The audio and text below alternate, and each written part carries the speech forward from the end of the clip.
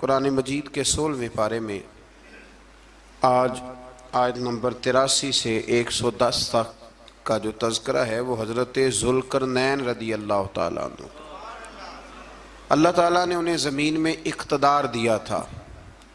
4 لوگ دنیا میں ایسے ہو چکے ہیں جنہیں اللہ تبارک و تعالیٰ نے پوری دنیا میں اقتدار دیا، ایک وقت میں پوری دنیا کا ایک ہی بادشاہ۔ 2 مسلمان تھے، 2 کافر۔ مسلمانوں میں حضرت سلیمان علیہ السلام اور جناب ذوالقرنین علیہ السلام، اور کافروں میں بخت نصر اور نمرود۔ یہ 2 لوگ ہیں جنہیں اللہ نے پوری دنیا میں اقتدار دیا، اور پھر اس کے بعد آنے والے وقت میں اللہ تعالیٰ امام مہدی کو سارا اقتدار عطا فرمائے گا پوری دنیا کا۔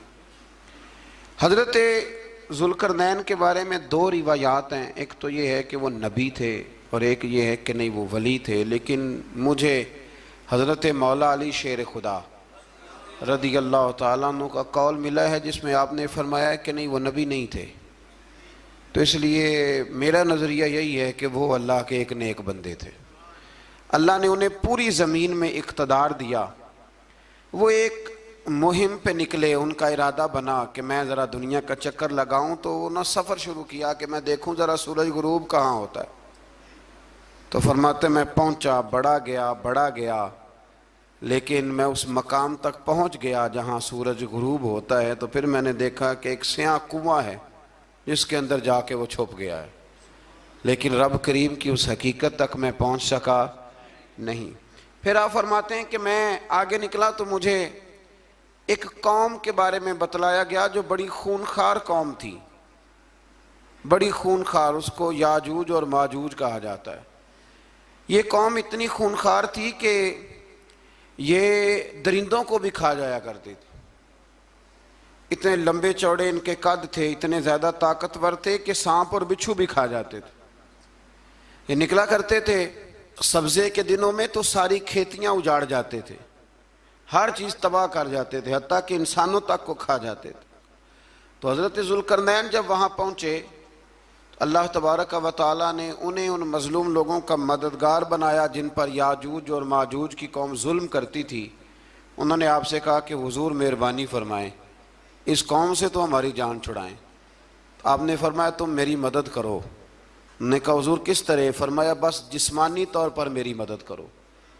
تو آپ نے پھر وہاں ایک دیوار بنائی، ایک دیوار، لوہا کاٹ کر، سیسا پگھلا کر، پتھر ڈال کر ایک بڑی موٹی تازی دیوار بنائی، اور اتنی اونچی بنائی، اور پھر اس کے چاروں جانب آگ جلائی تاکہ وہ لوہا اس طرح پگھل جائے کہ وہ دیواروں کے ساتھ چپک جائے، تاکہ کوئی آدمی پیر رکھنا چاہے تو پیر رکھ کے اس پہ چڑھ نہ سکے۔ آپ نے وہ دیوار بنائی۔ اب اس قوم کا حال یہ ہوا کہ وہ اس کے اندر قید ہیں، وہ صبح جب اٹھتے ہیں تو اس کو توڑنا شروع کرتے ہیں، توڑتے رہتے ہیں، تو جب شام ہوتی ہے تو ان میں سے ہر روز ایک شخص کہتا ہے اتنی رہنے دو، باقی کل کریں گے۔ لیکن جب وہ سویرے اٹھتے ہیں تو اللہ تعالیٰ اس دیوار کو پھر سے مضبوط فرما دیتا ہے۔ نبی کریم علیہ السلام نے فرمایا قرب قیامت میں ایک وقت آئے گا، قیامت کے قریب جا کے ایک ٹائم ایسا آئے گا کہ اس مخلوق میں سے ہی ایک شخص پکارے گا اور پکار کے کہے گا کہ اب سو جاؤ انشاءاللہ۔ اللہ ان کی زبان پہ جاری کہے گا اب سو جاؤ اور سویرے انشاءاللہ یہیں سے شروع کریں گے۔ تو فرمایا وہ چونکہ انشاءاللہ کہیں گے تو پھر اللہ تبارک و تعالی اگلے دن اس دیوار کو وہیں پہ رکھے گا جہاں رات کو انہوں نے اسے چھوڑا تھا۔ اگلے دن وہ توڑیں گے تو دیوار ساری ٹوٹ جائے گی، اور پھر اللہ تبارک و تعالیٰ کا فضل ہوگا تو مسلمان کی طرف وہ بڑھیں گے، وہ قتل و غارت کریں گے، پھر سے وہی درندگی کریں گے، تو پھر حضرت عیسیٰ علیہ السلام ان کے لیے دعا کریں گے۔ تو دعا کا یہ حال ہوگا کہ ان کے وجود پر کچھ ایسی چیزیں برآمد ہوں گی جن کی وجہ سے وہ مر جائیں گے، ختم کر دیے جائیں گے، قیامت کے قریب جا کے وہ دوبارہ آئیں گے۔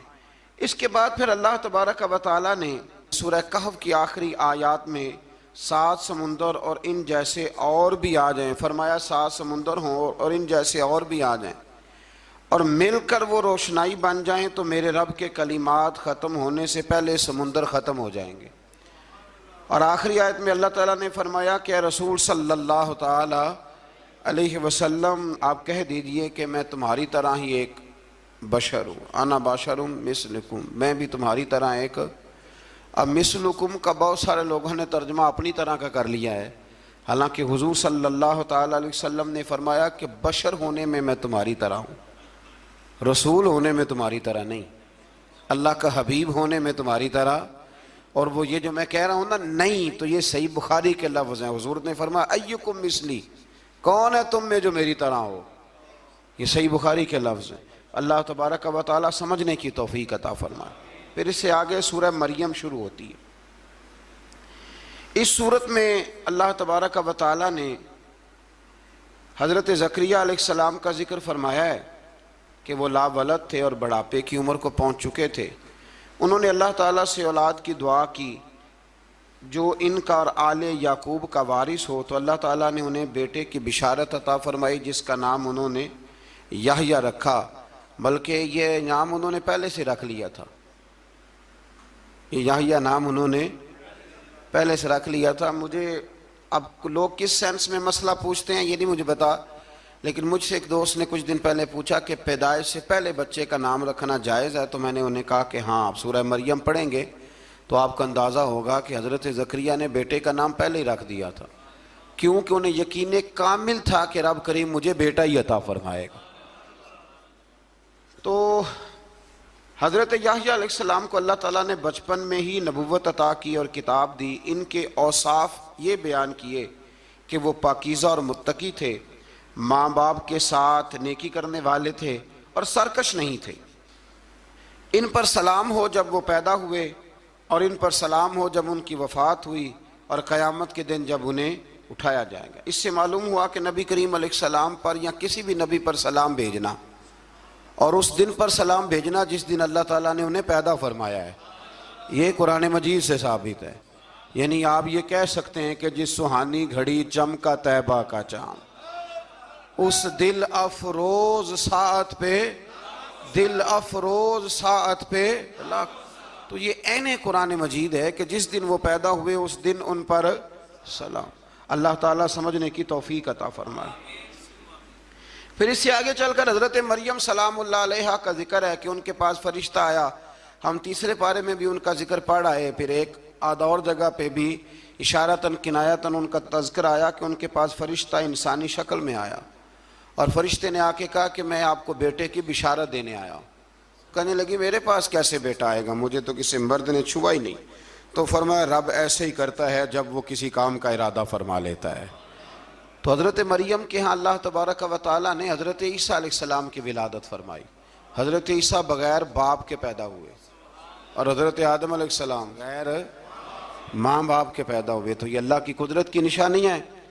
اب حضرت عیسیٰ علیہ السلام کی جب ولادت ہوئی تو یہ آپ کا معجزہ اور حضرت مریم کی کرامت سامنے آئی کہ آپ ایک خشک کھجور کے نیچے بیٹھی تو اللہ تعالیٰ نے اسے سرسبز و شاداب کر دیا، اور آپ اس کو ہلاتی تھی تو وہ کھجوریں گرتی تھی۔ بڑی پریشان تھی آپ کے قوم کے سامنے، کیا منہ لے کے جاؤں گی، لوگ کیا کہیں گے۔ لوگوں کے لیے الزام لگانا، پروپیگنڈا کرنا بڑا ہی آسان کام ہے۔ دو ہی تو کام دنیا میں آسان ہے، ایک بدگمانی کرنا اور ایک غیبت کرنا، اور اتنا مزیدار کام ہے کہ آپ ساری دیہڑی کرائیں، کوئی بندہ تھکنے کو تیار معاذ اللہ ثم معاذ اللہ سارا دن۔ اور اگر آپ کہیں کہ اللہ کا ذکر کرو، تسبیح لے لو، صرف 500 دفعہ درود شریف پڑھ لو، تو پھر کیا بنے گا، کام یاد آ جائے گا، بہت سارے لوگوں نکل لیں گے۔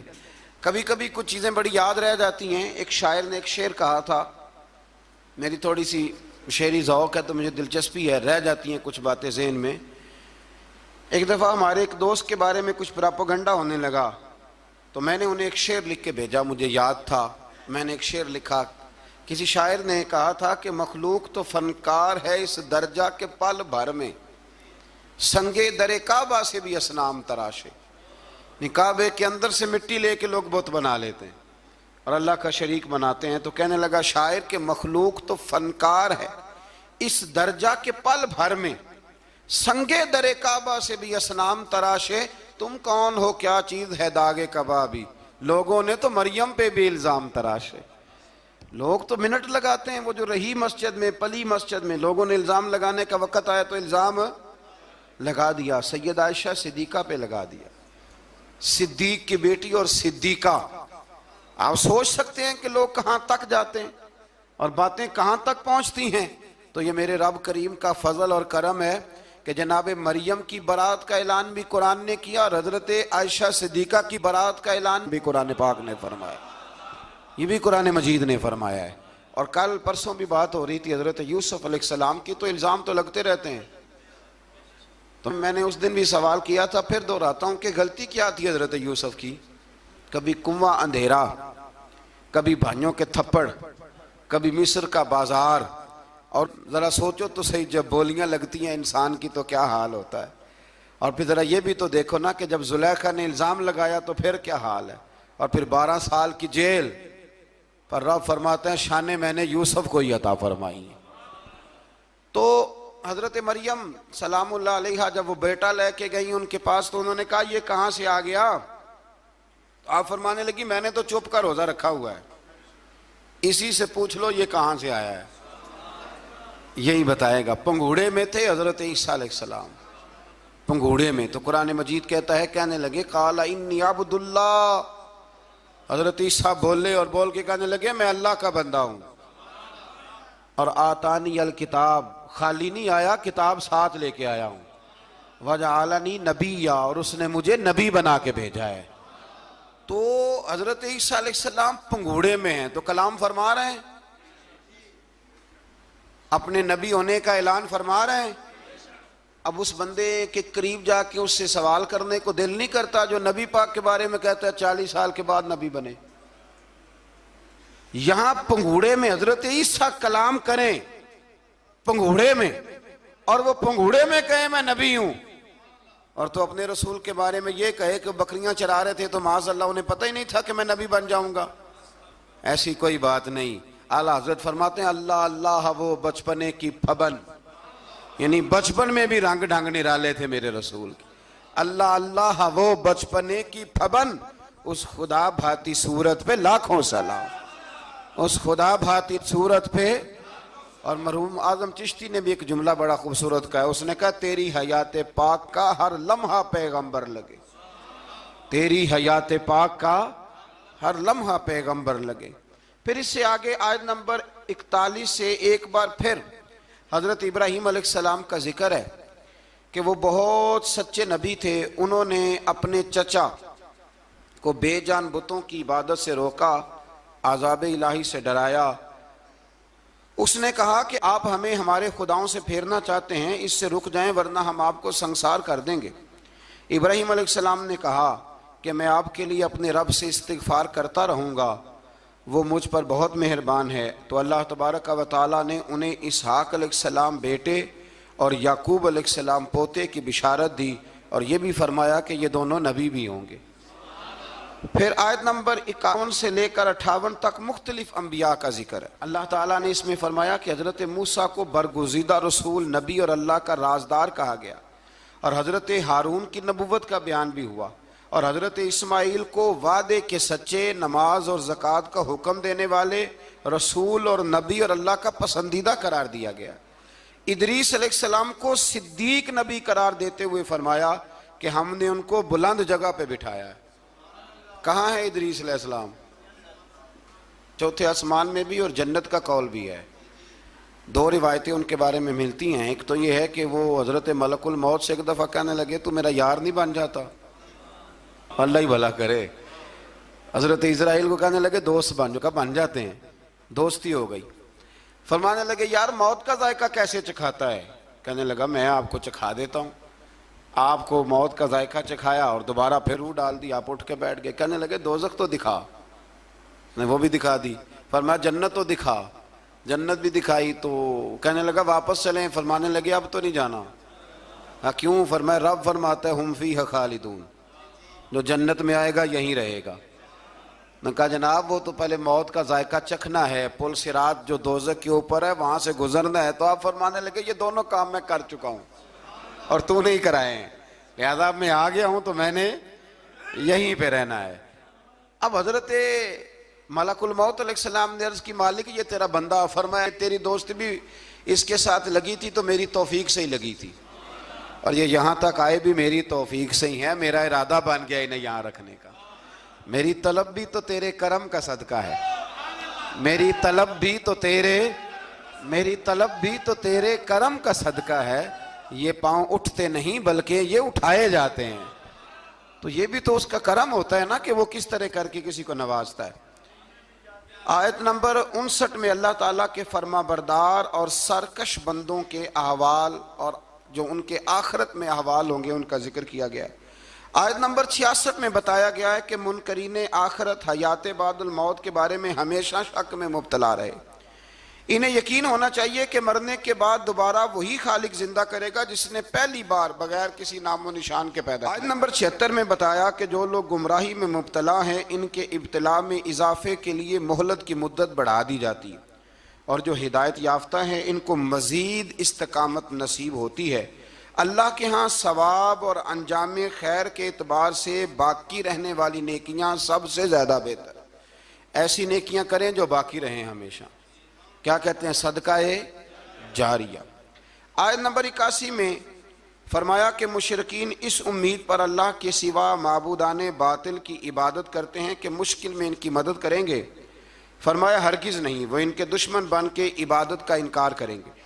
آیت نمبر 88 میں بتایا کہ کفار نے اللہ کی طرف اولاد کی نسبت کر کے نہایت سخت بات کی، یہ تو اتنا سنگین جرم ہے کہ اس سے آسمان پھٹ پڑے، زمین شک ہو جائے اور پہاڑ ریزہ ریزہ ہو جائیں۔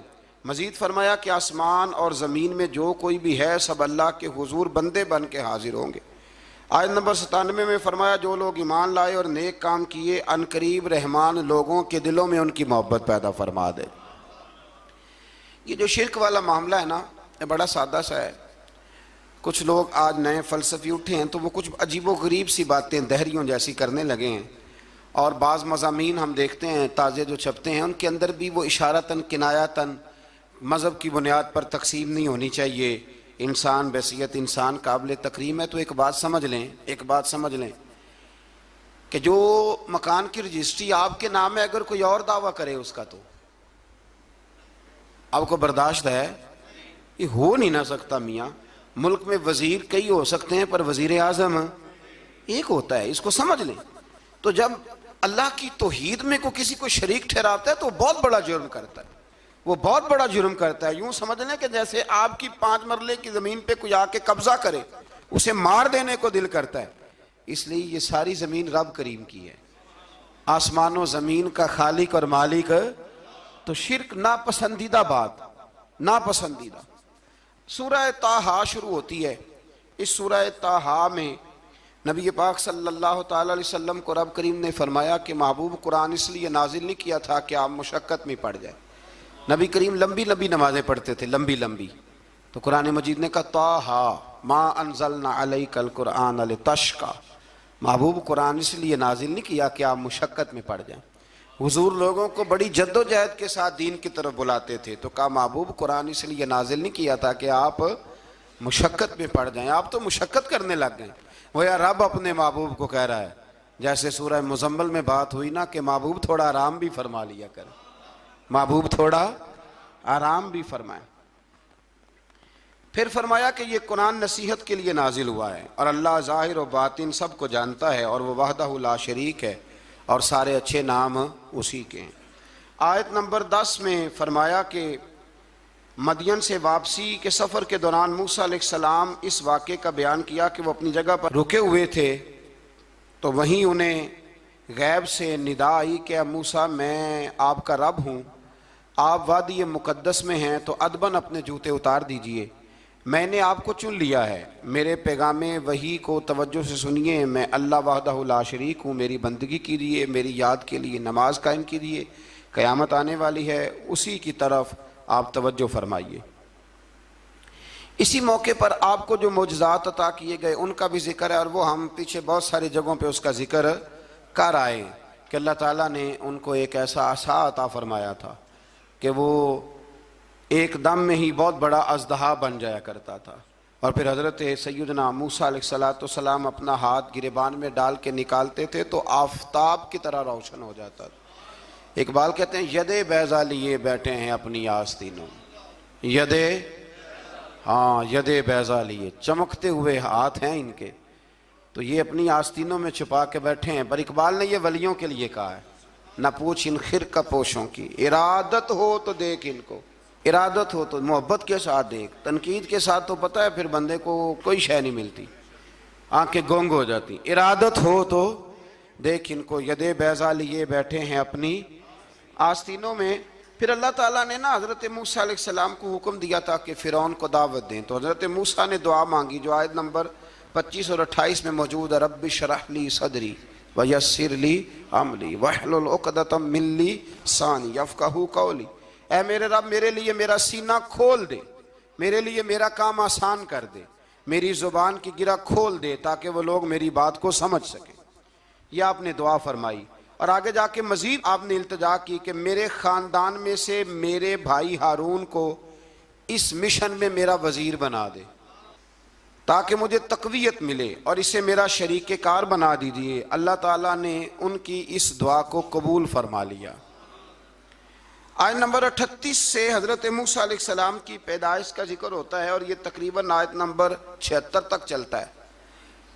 واقعہ آپ نے پہلے بھی سنا ہوا ہے، اپنے لفظوں میں بھی عرض کیے دیتا ہوں۔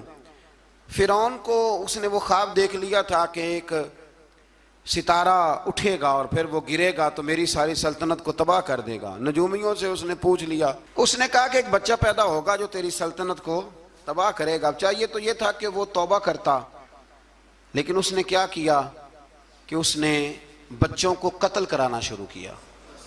یذبحون ابناءکم، ذبح کرا دیتا تھا تمہارے بیٹوں کو، اور بچیوں کو وہ زندہ رکھتا تھا۔ اللہ تبارک و تعالیٰ کی قدرت دیکھیے، رب بڑا ہی کریم ہے۔ آپ یقین کریں مولا کے دینے کے انوکھے ہی انداز ہیں۔ یعنی حضرت موسیٰ کوہ طور کے پاس آگ لینے جائیں تو اللہ تبارک و تعالیٰ پہلی وحی فرما کے نبی بنا لے۔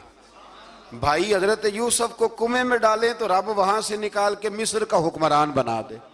وہ بڑا ہی بے نیاز ہے، مولا کے دینے کے انداز بڑے ہی انوکھے ہیں، وہ بڑے انوکھے انداز میں نوازتا ہے۔ تو حضرت موسیٰ جب پیدا ہوئے تو ان کی والدہ نے پتہ کیا کیا، ان کو ایک صندوق میں بند کر کے دریا میں بہا دیا۔ اب دریا میں بہتے جا رہے ہیں تو ماں تھی تو پریشان بھی ہو گئی، ان کی ہمشیرہ کو کہنے لگی ذرا دھیان رکھنا کدھر جاتے ہیں۔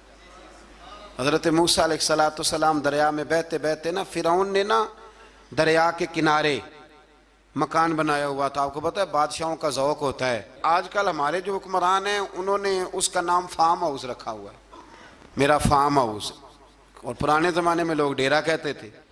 تو اس نے بھی اس طرح کا فارم ہاؤس بنایا ہوا تھا۔ وہاں پہ حضرت موسیٰ علیہ السلام تیرتے ہوئے تابوت کے اندر صندوق کے اندر جا رہے ہیں۔ فرعون اور ان کی بیوی حضرت آسیہ بے اولاد تھیں، بڑی تڑپ تھی بیٹے کی، وہ بھی وہاں کھڑی تھی۔ صندوق تیرتا ہوا آیا تو فرعون نے کہا کہ جاؤ پکڑ کے لاؤ دیکھو کیا ہے۔ جب وہ لے کے آئے نا تو آپ کی ہمشیرہ جو نگرانی کر رہی تھی پریشان ہو گئی کہ یہ تو اس کے ہاتھ لگ گئے، یہ تو اب مار ڈالے گا۔ لیکن جب خوبصورت اور چمکتا ہوا بچہ دیکھا تو بی بی آسیہ کہنے لگی یہ بنی اسرائیل کا ہے ہی نہیں، یہ تو پتہ نہیں کہاں سے بہتا ہوا یہاں آ گیا ہے، تم ایسے ہی چھوڑ، یہ پتہ نہیں کہاں سے آیا، رکھ نہ لیں۔ تو حضرت موسیٰ علیہ السلام وہ کہنے لگا نہیں انہی کے ہیں، موسیٰ علیہ السلام اسی کے ہیں۔ تو آسیہ کہنے لگی تیرے تو سر پہ نا بس بھوت ہی سوار ہو گیا، ہر وقت وہی لوگ تجھے یاد رہتے ہیں، یہ پتہ نہیں کہاں سے بہ کے آیا ہے۔ اب رکھ لیا، مان گیا فرعون۔ آپ فرعون کے گھر میں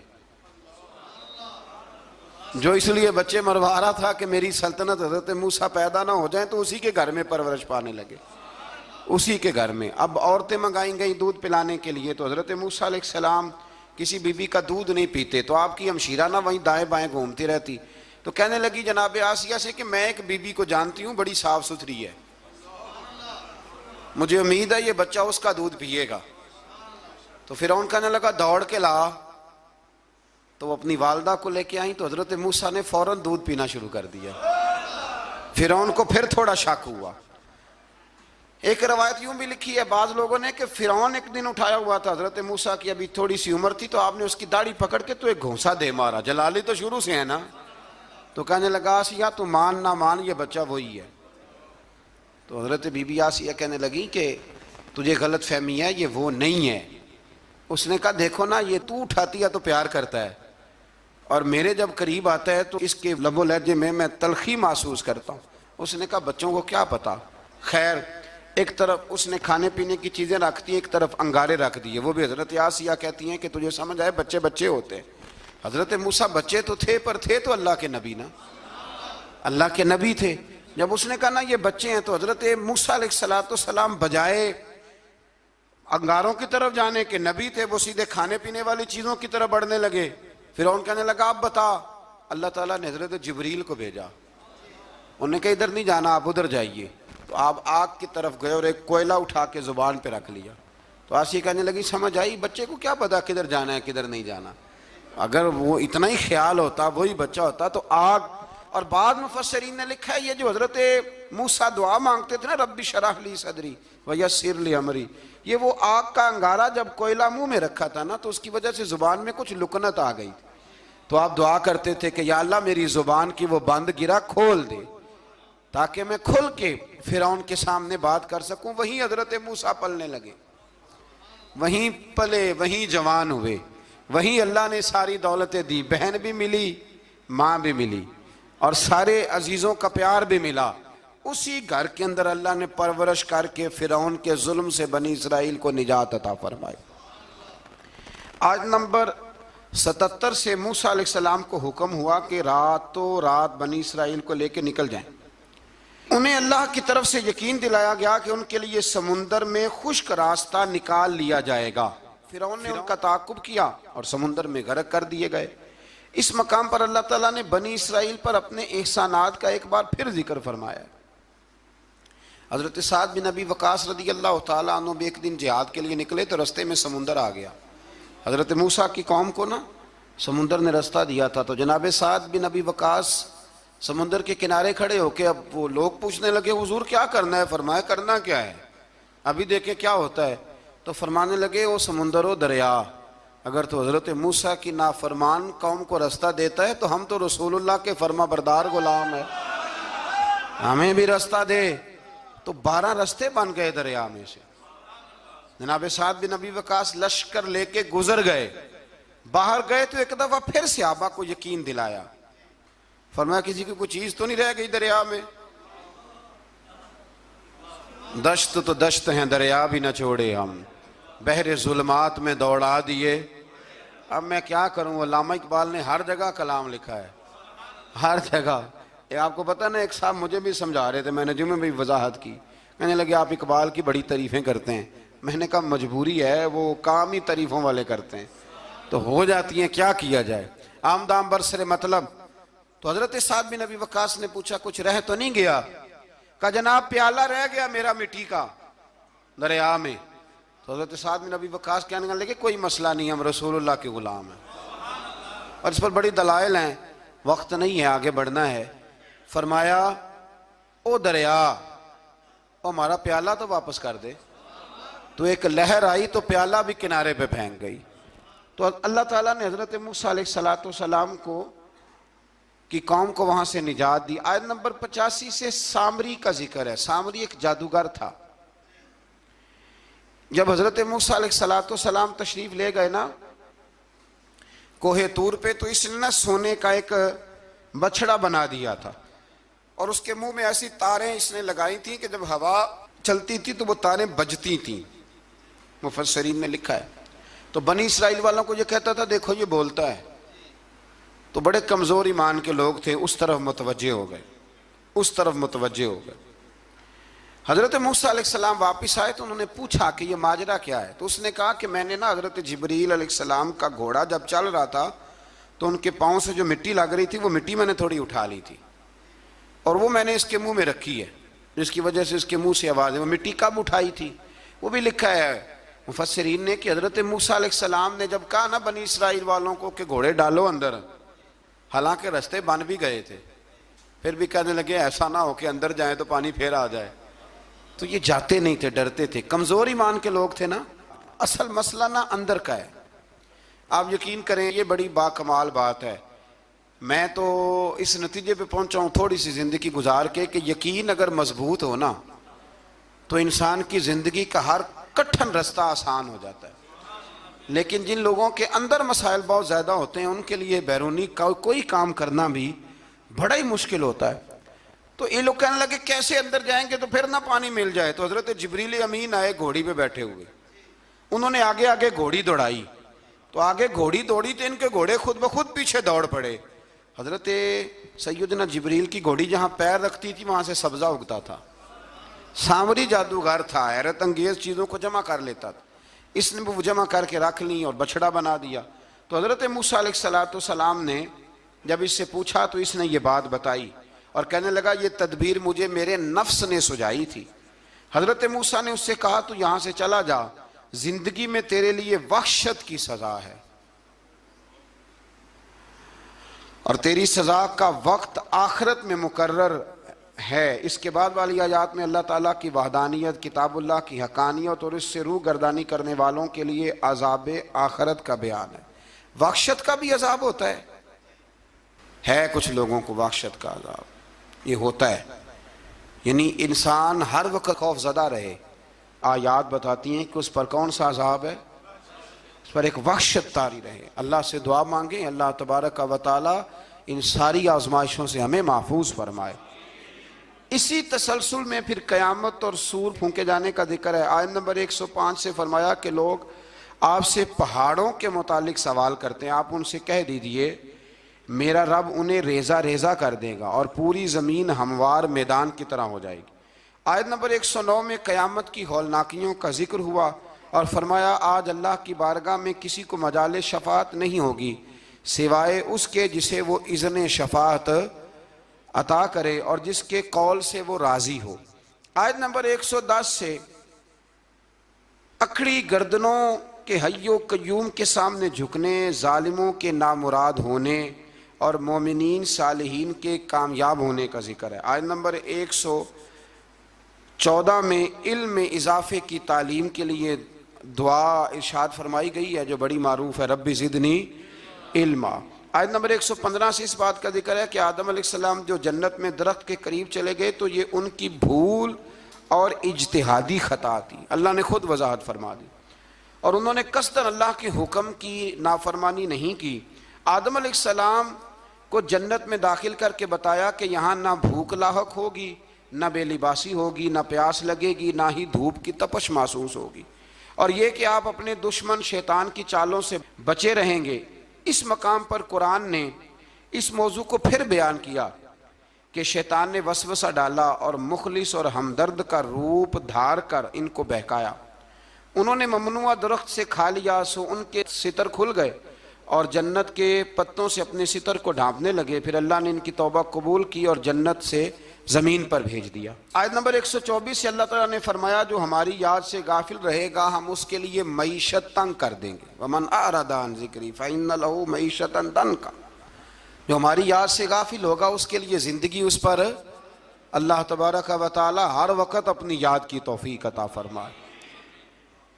آیت نمبر 130 سے اللہ تعالیٰ نے ارشاد فرمایا ان کی باتوں پر صبر کیجئے، سورج کے طلوع اور غروب ہونے سے پہلے اپنے رب کی حمد کے ساتھ تسبیح پڑھتے رہیے اور رات کے بعض اوقات میں اور دن کے حصوں میں بھی تسبیح پڑھتے رہیے تاکہ آپ کا رب راضی ہو جائے اور آپ بھی راضی ہو جائیں۔ مزید فرمایا کہ اپنے اہل خانہ کو نماز کا حکم دیں اور خود بھی نماز پر قائم رہیں، اور نیک انجام صرف تقوی پر کاربند لوگوں کے لیے۔ کفار قریش کے عذاب کے مطالبے کے جواب میں فرمایا کہ ان سے پہلے لوگوں کو اللہ نے ہلاک کر دیا تھا اور عذاب کا وقت مقرر ہے، اگر ہم رسول بھیجنے سے پہلے ہلاک کرتے تو یہ لوگ کہتے کہ ہمارے پاس عذاب سے پہلے رسول کیوں نہیں بھیجا، ہمیں کوئی سمجھا لیتا، ہم نہ یہ کام کرتے۔ اور فرمایا انتظار کرو تم ان قریب جان لوگے سیدھے راستے والے اور ہدایت یافتہ لوگ کون ہیں۔ یہ 16ویں پارے کے کچھ مندرجات تھے جو میں نے آپ کی خدمت میں عرض کی ہے، اللہ سمجھنے کی توفیق عطا فرمائے۔